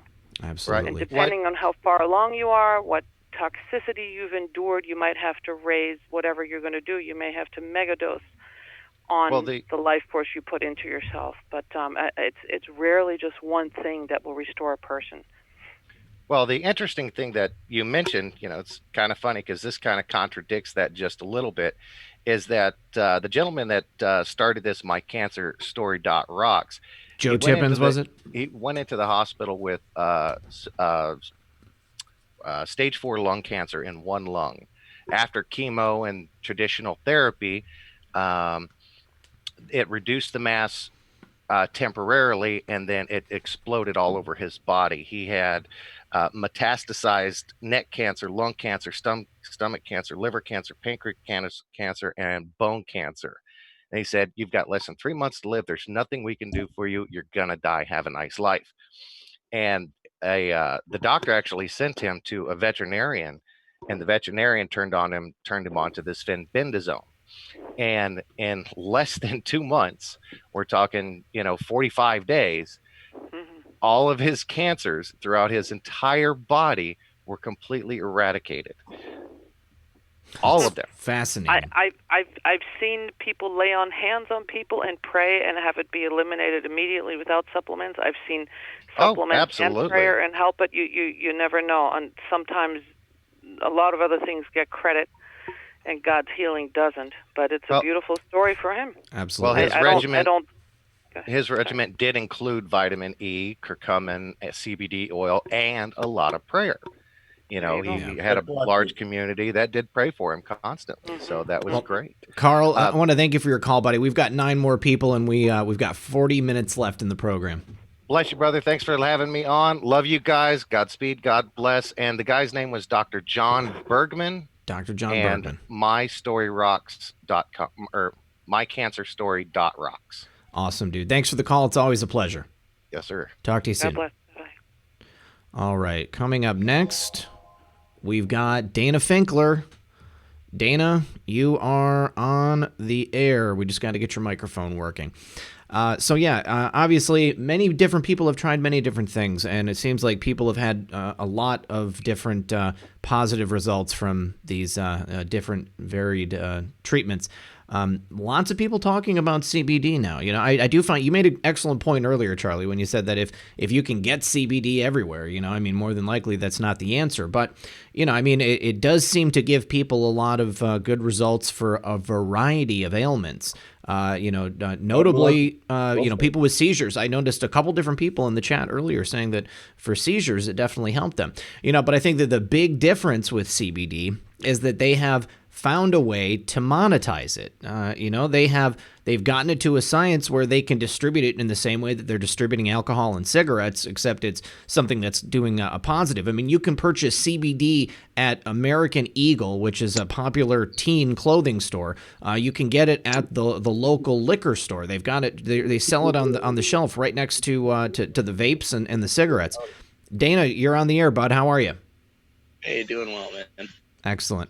Glad to hear you're sober, brother. Glad to hear you made it. Thanks, man. I just that was a rough night for me, and then after I rewatched that, and I was like, I have to do this now. Yeah. But that's all I'm gonna say about that for now. I want to talk about 3 things real quick. Okay. CBD oil. I take a lot of that too before I sleep. I was just curious about what he has talked about the benefits of that. Charlie, I use it into a thing for me, but that doesn't mean it doesn't have quality. I would like to see I would like to see, there's got to be varying qualities and varying purposes on those qualities. What you get in the health food store may be just for GP, general purposes. And if people are having success with it, God bless them. Again, I'm eclectic. If it works, go for it. But to rely upon it, just the blanket statement, this will cure your cancer. This is where I have to be careful. Everyone has to be careful, because you have to know what you're doing, and you have to build, as Dr. Schilbecker always said, and Kersten said, and I said, you build a mosaic. You build around something, and it's no joke. Cancer is not a joke. Although I want everybody to have so much knowledge that they can confidently say to their doctor, when he tells you you have cancer, you say, "Thank God, I thought it was something serious." Yeah. You have to get out of it. Yeah. And Dana, I can highly recommend, if people want to use the test to see how their health is before CBD and then during CBD and continued CBD, do the blood test and see how you respond. there you go. You can get accurate results. Dana, I can, commenting on the quality of it, I mean, there's a number of different ways that the hemp that the CBD is extracted from can be grown in different environments. They can, grow it with natural fertilizers. They can grow it with, just, water and sunlight. And then the means by which they extract it, that's going to have a big difference too. So, like I was saying, you can get it at the gas station now, or you can buy it from, say a reputable online retailer who can guarantee the quality and the purity and the fact that it's grown in an organic manner. I think that all of those things will come into play when you're looking to purchase it. So obviously, I mean, you're a discerning guy. I mean, I would imagine that the CBD that you're getting is probably from a good source. If somebody wants to send me some brownies, I would go for that. I think There you go, brother. the old-fashioned way, the old school. Oh, Dana, did you have another point, brother? Oh yeah, last two things. I got to send you a better picture of that Epstein shirt, and then Yes. 3, I'm gonna send you a text of a list of some people I think you should get on for this year. Please. Like Eddie Bravo, Greg Carlwood. Obviously, you're gonna get Sam Tripoli, so that's always good. Sam and I are. I'm going back on Tinfoil Hat this upcoming week. We're going to be talking about some stuff. So Sam will be back soon. Yeah. Yes. Awesome. Good stuff. All right, bro. All right, man. Well, you guys have a wonderful night. Great podcast. Keep up the good work, everybody. I appreciate it, man. Thanks for the call. We'll talk to you soon. Good night. Red Pill, I'd like to give a shameless plug. Go ahead. Go for it. I want everybody to know, I know a lot of you want to give super chats and all, but tonight, 100% of the net proceeds of this book is going to Red Pill. So everybody will benefit. You'll get all the material you'll need. It'll take you to Kersten. It'll take you to everything you need in that direction if you want to go further with it. And also it'll benefit the show, and it's a circle of energy. So awesome. If you're going to spend money, instead of giving it to the super chat, which 40% goes to keep Google happy, Mm-hmm. This was the one way you can support everybody this way if you wish. Awesome. Well, Charlie, I really appreciate that. I just dropped the link in the chat box again. So if you guys want to, Charlie said he was giving the proceeds of the book sales tonight to the program. So that's very, very generous of you. I appreciate that, Charlie. And then everybody can get a copy of that book. I just dropped it into the chat box. I'm going to drop it yet again. Harmless714x.com. There you go, 714X. Okay, great.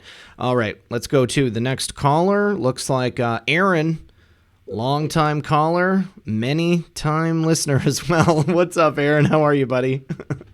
Oh, if I was doing any better, I'd be you, Red Pill. It's a sweet life. You had your brownies.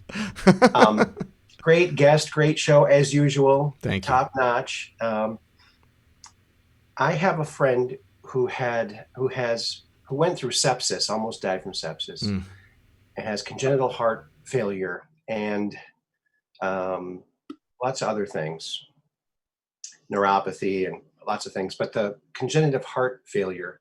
And she's on all these medications that have lots of side effects. So I convinced her to try CBD oil. And she told her doctor, and her doctor said, okay, keep doing it for about a month and a half and come in and we'll take the blood test. And she came in and he took a blood test and he said, you're doing much better on the CBD oil. Keep taking it. So that's one thing I wanted to say. Also, I've always had a distrust for the medical profession. And for instance, I've never had my cholesterol checked, and I never will. Never. They still don't know what they're talking about. I've always thought that the whole cholesterol thing, I mean, if without cholesterol, your blood vessels don't heal themselves like from the inside. I mean, like it helps your body. So I mean, the idea that you're not supposed to have cholesterol is just ridiculous. It's for your brain as well, right? Yeah, the fuel of the brain is cholesterol. Yeah. They want you to be stupid. It's one of the best sources of pure cholesterol for the brain food, and it's also very good. What was the source? Ghee. Ghee. Oh, yeah. Clarified butter. Now, I also don't take pills. Pills cause ills. And even vitamins. When you eat a vitamin, your body can't process all that. It just goes right through you. You need the food with, this other stuff with that nutrition. So eat natural foods to get your vitamins. Don't take a pill. Or try not to take a pill. You know what I'm saying? Right. Are you guys familiar with organic sulfur as a supplement? I mean, it's MSM, I guess it's known as. I've read a lot about it recently, and actually, Charlie, the reason I thought about it was because it was on Mel Fabregas's show, Veritas, where I saw him speaking about it on numerous occasions. So, Kersten, you're familiar with it? We have a supplement that we have had good success with that has it in it. Yep. Okay. Well, it's an element. I mean, there's a doctor, and his name will come to me. He has a product that longevity. Okay. Longevity. And this doctor, he's been through a lot. He was at Emory University working for NASA, studying the chimpanzees, and he discovered that they had human cystic fibrosis. And he took samples and gave it to a pathologist. He said, "What is this?" He said, "Oh, that's human cystic fibrosis." And he goes, "Ha, these are from chimpanzees." And his wife is Chinese. And they went to China, and they found a village where everybody had cystic fibrosis in the village. So they did soil studies and found out there's a missing element, which is selenium. So for a 12-cent dose of selenium, they were eliminating cystic fibrosis. So he figures, I'm going to get my Nobel Prize. He came back to Emory University, and they met him at the door with the briefcase. Like, what? Why wouldn't they want that to get out? Seems like an incredible discovery, and I'm not surprised though that they wouldn't be interested in allowing that to come out. What do you got there, Aaron? So he's developed. That was my Andrew Bizaggio shirt. Look at that. Very nice, very nice. Charlie, we lost you for a second there, buddy. What were you saying? I don't know. Okay. Talking about that guy. Selenium. So yeah, I mean, did he not continue his work someplace else after they? He continued, and now he's developed a very highly. It's called longevity. Why can't I think of his name? But if you look up "Dead Doctors Don't Lie," is the name of a book he wrote. You'll get back to him and longevity. But they have. You can buy this kit. I think it's maybe $180 or whatever it is, and you take these supplements, or you take this, you mix it in your water. I forget how you take it, but it gives the body 108 elements in the proper proportion, so the body can use the building blocks that God put on earth for all of us to have. You don't have that in your food. If you look at talking about dogs earlier, if you look at a bag of dog food and what's in the dog food, there's more nutrients in dog food than there is in human food. Really? Building block elements, and you'll see DHEA is one of. ethylene diamine, EDTA, ethylene diamine tetracetic acid, which they use for chelation. So there's more nutrients in dog food, but I suspect because they grind up the bones, and they're taking sources that humans wouldn't necessarily consume. But yeah. So All right, Aaron, any final thoughts for the guests? Yes, I want to thank your guest for the joke. I think that was very good. We need more humor, although my dentist got in trouble for telling jokes. He pulled too many good ones. Very good, very good. All right, Aaron, thanks for your call, buddy. We'll talk to you soon. Bye-bye. See ya. All right, Tanette Booth just dropped a super chat and said, Dr. Jonathan Wright. Your call, buddy. We'll talk to you soon. Yeah, see ya. He's a friend of mine. Yeah, okay. My Tahoma Clinic. So that's the longevity doctor. No, that's not him. Different one? Okay. But you know Jonathan Wright. I'll find the name. Okay. All right. Next coming up is Rebecca Brooks. And if you guys want to join the conversation, the link is in the description of this video. And then, of course, we've got the phone number right on the screen in the lower right-hand corner. Dr. Joel Wallach. Joel Wallach. Okay, I have heard of Joel Wallach. Looks like Carl found an answer to my question earlier. To answer your question on the phenbendazole, parasites secrete toxins in the bloodstream, causing most ailments, including cancer. Just more toxins for the body to eliminate. Well, you know what that reminds me immediately of is the somaticides. You said that they're excreting the toxins into the body. So is there a connection there between the somatids, the bad somatids, and their 16-stage life cycle? There very well could be, but the whole point is if your body is loaded with toxic sludge, whether it's bacteria or worms or parasites, here's what you're talking about. Mm-hmm. And I want to add to this, Red Pill, if you don't mind. One of the most important things I ask about when I talk to somebody whose health I'm hoping to restore is what their bowel movements are like. If people don't have a bowel movement approximately 8 hours after a meal, some have it once a week and suffer from depression and what have you, that's the first area to really zero in on to get that healthy, because then you can work with detoxification and supplements and what have you. You can't just dump all this stuff in the person. That is a huge thing. 3 times a day. I mean, that's not a good... 2 to 3 a day, yep. Yeah, definitely. I've known many people who are very close to me who don't go anywhere near that often. And, personally, I don't know how it's possible to live without, having a bowel movement at least once a day. I mean, when you're taking things into your body all the time, it's got to go somewhere. And if it's just sitting inside of you, then your body is just soaking all those toxins back up, and it's got to be doing tremendous damage. You can go out to any Walmart anywhere and get a bottle of citric, magnesium citric, and drink it. Yeah, but we want to restore the intestinal system to definitely naturally I'm talking about just eliminate. For cathartic, just one timer. I feel you, Charlie. I feel you. Get it going, The enzymes are always cathartic. Yes. In the beginning. Looks like Rebecca might be having some issues getting her microphone to work. Rebecca, you were gone and now you're back. Yeah, you have to select. Hold on. There should be a mute button, and you should be able to click unmute because Rebecca, say something. Yeah, we got you. There you are. Okay, good. Hey, Awesome. How are you doing? Good. How about yourself?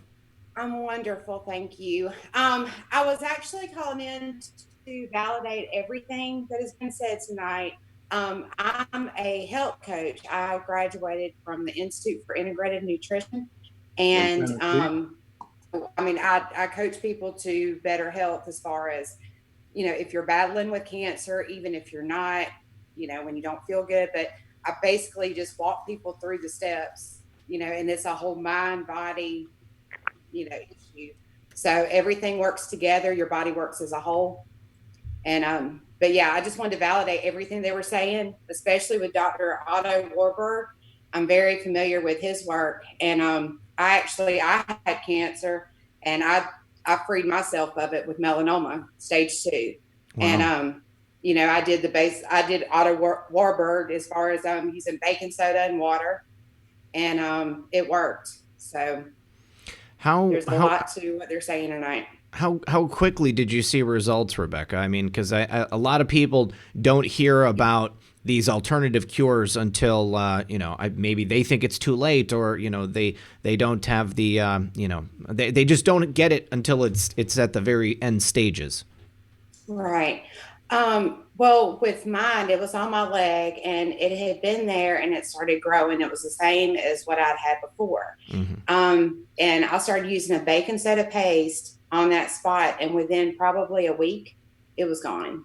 My mom, she had cervical cancer and I coached her through that, as far as doing holistic remedies, vitamins, supplements, food, cutting out sugar, cutting out red meat. And she literally started getting rid of the tumor, on her own. And so, I mean, with me and her, and she never did chemo. They tried to get me to do chemo and radiation. And I told them I wasn't going to do it. I didn't know what to do, but I knew I didn't want to do that. So I'm glad I didn't. Good stuff. Bring up a good point. No tampons. I mean, you have to have a different kind of tampon than the normal, the white bleached ones because you're putting PCB into your body.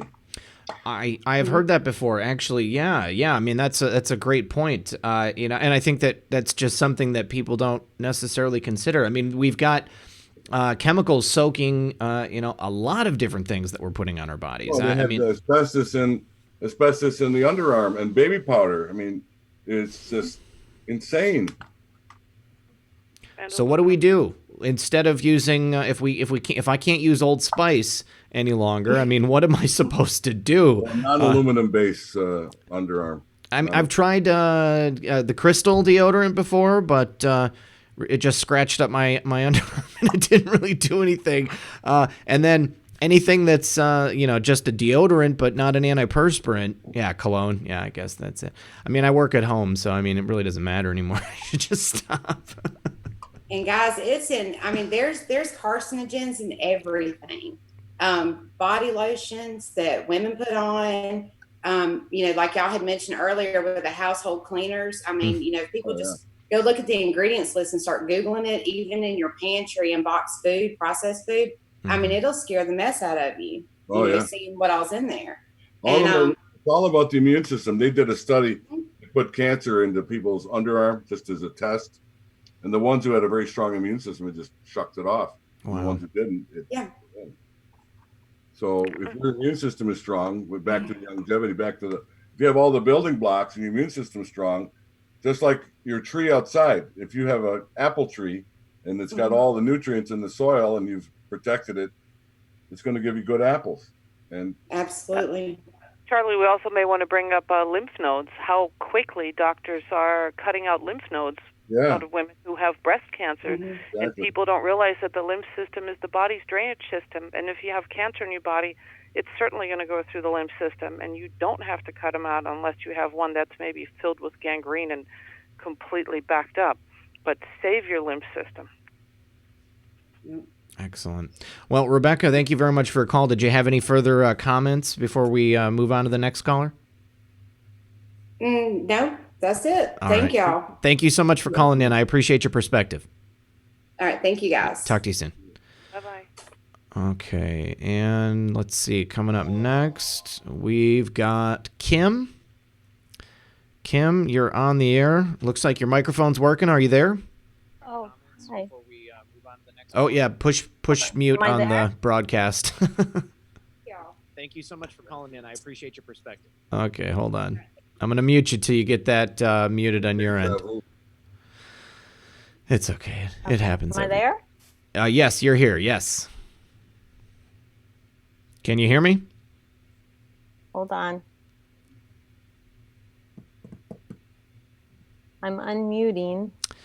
You have to have the volume turned on, but just the mute on the broadcast. So if you're watching in your browser, hit mute in the broadcast in YouTube, but then leave your volume on otherwise. Testing. Oh, am I there now? Testing. Can you hear me? Am I there now? I was there and now You're here. am? Okay. You're here. Yep, you're here. Okay. But I can hear myself in the background. You gotta push pause on the stream. Kim, push pause on the stream. Oh wait, am I there? You're here, Kim, but you keep turning the stream back on. You got to keep the stream paused. Okay, I won't touch anything now if you can hear me. I can hear you just fine. Yes. What was your question? Well, I wanted to say a couple things. Well, first of all, thank you so much for tonight.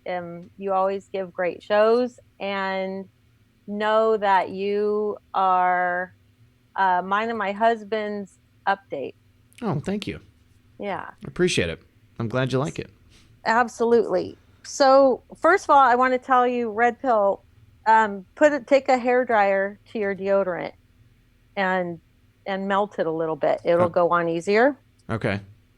But I wanted to say a couple things. I have every single one of my grandparents have passed away from cancer. My dad passed away a little over a year ago of cancer. So I'm like just fed up with cancer. So I was doing a lot of research on my own also.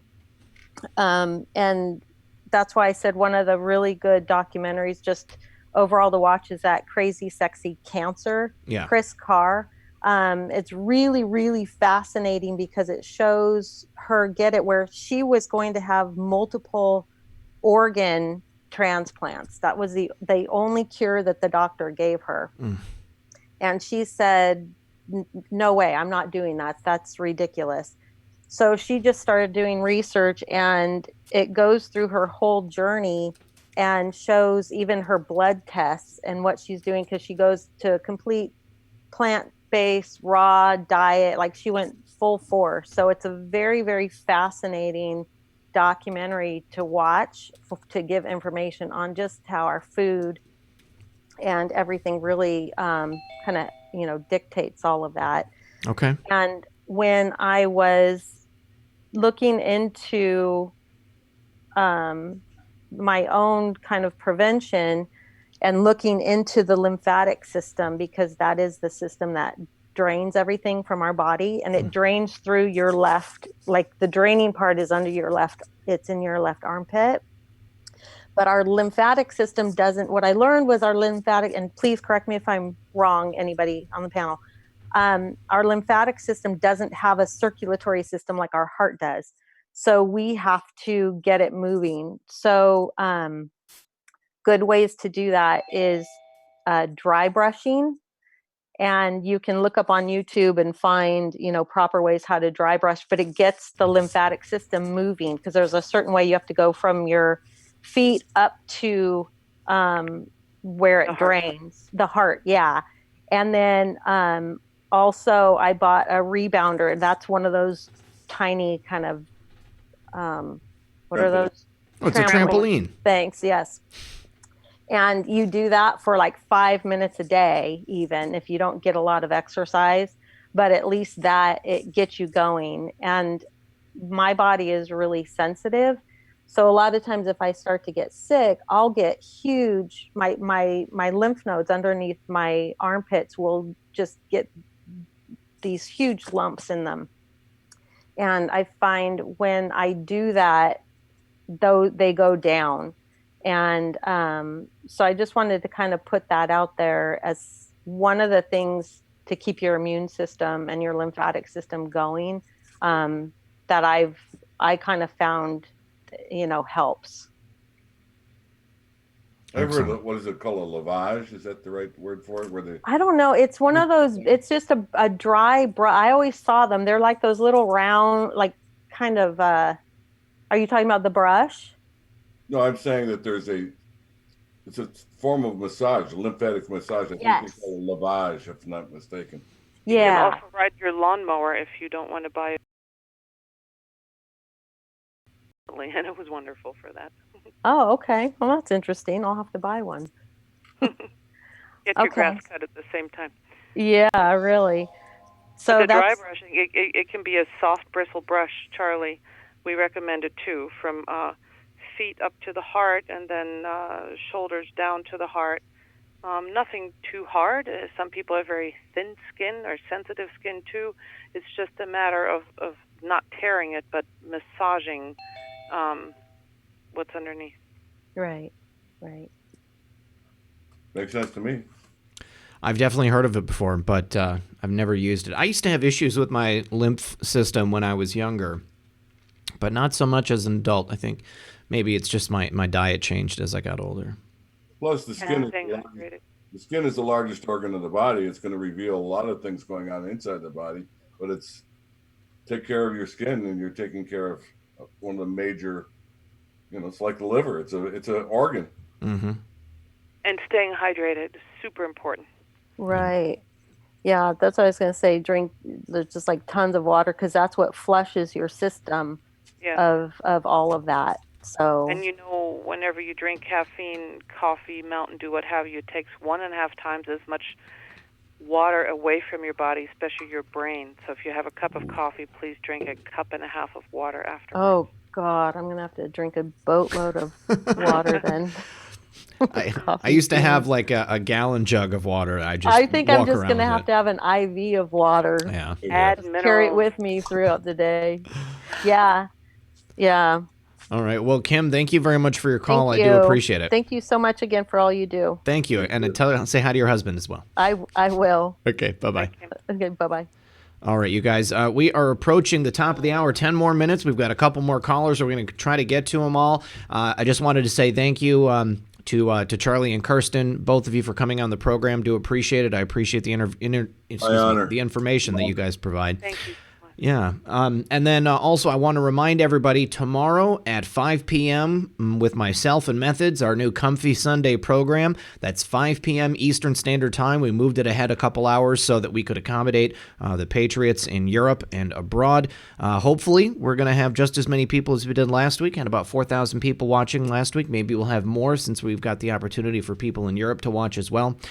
So I hope that's not too much of an inconvenience, and I hope to see you guys there tomorrow. Our guest is going to be Quite Frankly, at Political Orgy on Twitter, and of course from the Quite Frankly show. And incidentally, Charlie appeared on Quite Frankly this week, and his interview, the highlight reel of his interview with Frank, is going to be premiering directly after this program at 11 p.m. Eastern Time on YouTube, on Quite Frankly's YouTube. So thank you guys for tuning in tonight. We've got Trisha Q Patriot coming up, and Trisha has a unique connection to a doctor that we were just talking about the other day. Trisha, are you there?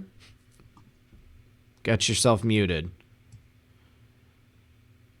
All right, Trisha. Well, you're there. Trisha, you there? Hey, sorry, I was watching your show and I can't be on Zoom at the same time. I understand. Thank you. I appreciate that. Trisha, good to hear from you again. What was your question or comment? Well, oh gosh, Kersten's her name. She was talking about prayer. Yeah. I had called into a ministry, and I actually been to the ministry before. It's called the Living Savior Ministries. And they were seeing the same kinds of cancers over and over again. And the wife started doing a study, and she found that women with breast cancer, every single one of, not every single one, but maybe 98% of them had unforgiveness towards a woman. And one breast was a family member, and the other breast, I don't know which one, was another lady, a friend, a former friend or whatever. It was unforgiveness towards the one person. side is usually And male, once the other they- is female, yeah. That's very interesting. Well, and then once they dealt with that issue, the breast cancer went away. So I just thought I'd it's bring called it up. emotional healing, which is so, there's so much evidence of it. For example, kidneys is unforgiveness, holding toxicity in, same with liver. I absolutely adore that part of healing that comes to people when they chime in on that, because I believe everything that happens in the body is kind of trying to get your attention to look deeper, and it makes so much sense. And I too see when I talk to people about that their health problems clear up when they deal with emotional stagnation in some of those areas. Or also, I see a lot of women with breast cancer who feel just not worthy. They don't feel valuable enough. They do so much for others and always give and give, and every human being can benefit from that. This looking into that. So very interesting that you bring that up. It reminds me of a book that my mother owned when I was growing up by a woman named, I believe it's Louise L. Hay, Heal Your Body, Heal Yourself, or Heal Our Bodies, Heal Ourselves. But it was always, it was, I mean, everything in the book was about how a specific ailment or, an illness was related to some type of emotional thing going on in your lives, like having trouble speaking, you're angry at someone, or something along those lines. But I mean, it's right in line with what you just said, Tricia. Makes sense. Dis-ease is lack of ease. Yep. Yeah. Excellent. Very much. So nice that you bring that up. Yeah, I appreciate that, Tricia. Well, thank you for your call. We've got 5 minutes left, and I'm going to try to get to these other callers here, too. Okay. Good night. Thank you so much. Night. We'll talk to you soon. All righty. All right. Who's coming up next? Next, we've got... don't have a name, so I will admit you to the room, and hopefully you can tell us your name. Caller, are you there? Yeah, I'm here. How you doing, Red? Good. Hey, it's hater proof. There we go. Great way to end the night. It What's is up, hater buddy? proof. How you doing? Good. Hey, Kristen. How you doing? And how are you doing, Charles? It's really a pleasure being on with you this evening. Thank you. I'm glad that I got my mic muted and everything properly. I stood on for a long time, but I'm glad that I got on because I wanted to talk to you guys about what you had thought about the advent of maybe some type of collective consciousness program, that maybe the advent of artificial intelligence or a cognitive AI could have in the healing process. And just I'll leave it at that. And as far as the future goes, with healing, maybe it's like a software or something to do with all the information, or maybe the process in which a human being or a doctor learns in his life, and then compile that toward every physician in the entire world into an intellect, and then go beyond that, as far as it rewriting itself, and then figuring out how to tailor those homeopathic approaches toward individuals, case specific rather. That's a huge question. I'm going to say. Anyway, sorry. That's why I'm going to let you go, and I know we're running short on time, so thank you. Hater proof. Thanks for your call, buddy. My response to that is that artificial intelligence, we're not robots, but we are vibrational. And yes, you can alter your health. When you're putting this phone to your ear all the time, you're sending a wave in there. So you have to be conscious, and you can alter your cells with vibrations. You saw it with Masaru Emoto, with cymatics. God said, let there be light, there was light. God said, we are forms of vibration, vibrational forms of light. So, yes, but through artificial intelligence, I'm going to wait on that one. All right. We've got the next caller on the line. Caller, you're on the air with Kersten and Charlie. Can we get your name? Yeah, it's Hopper. Hopper, thank you for your call. What was your comment or question? Yeah, I caught the tail end of the show, and I noticed you guys were talking about the cancer CBD. And I was wondering, did you guys touch on the RSO, Rick Simpson oil?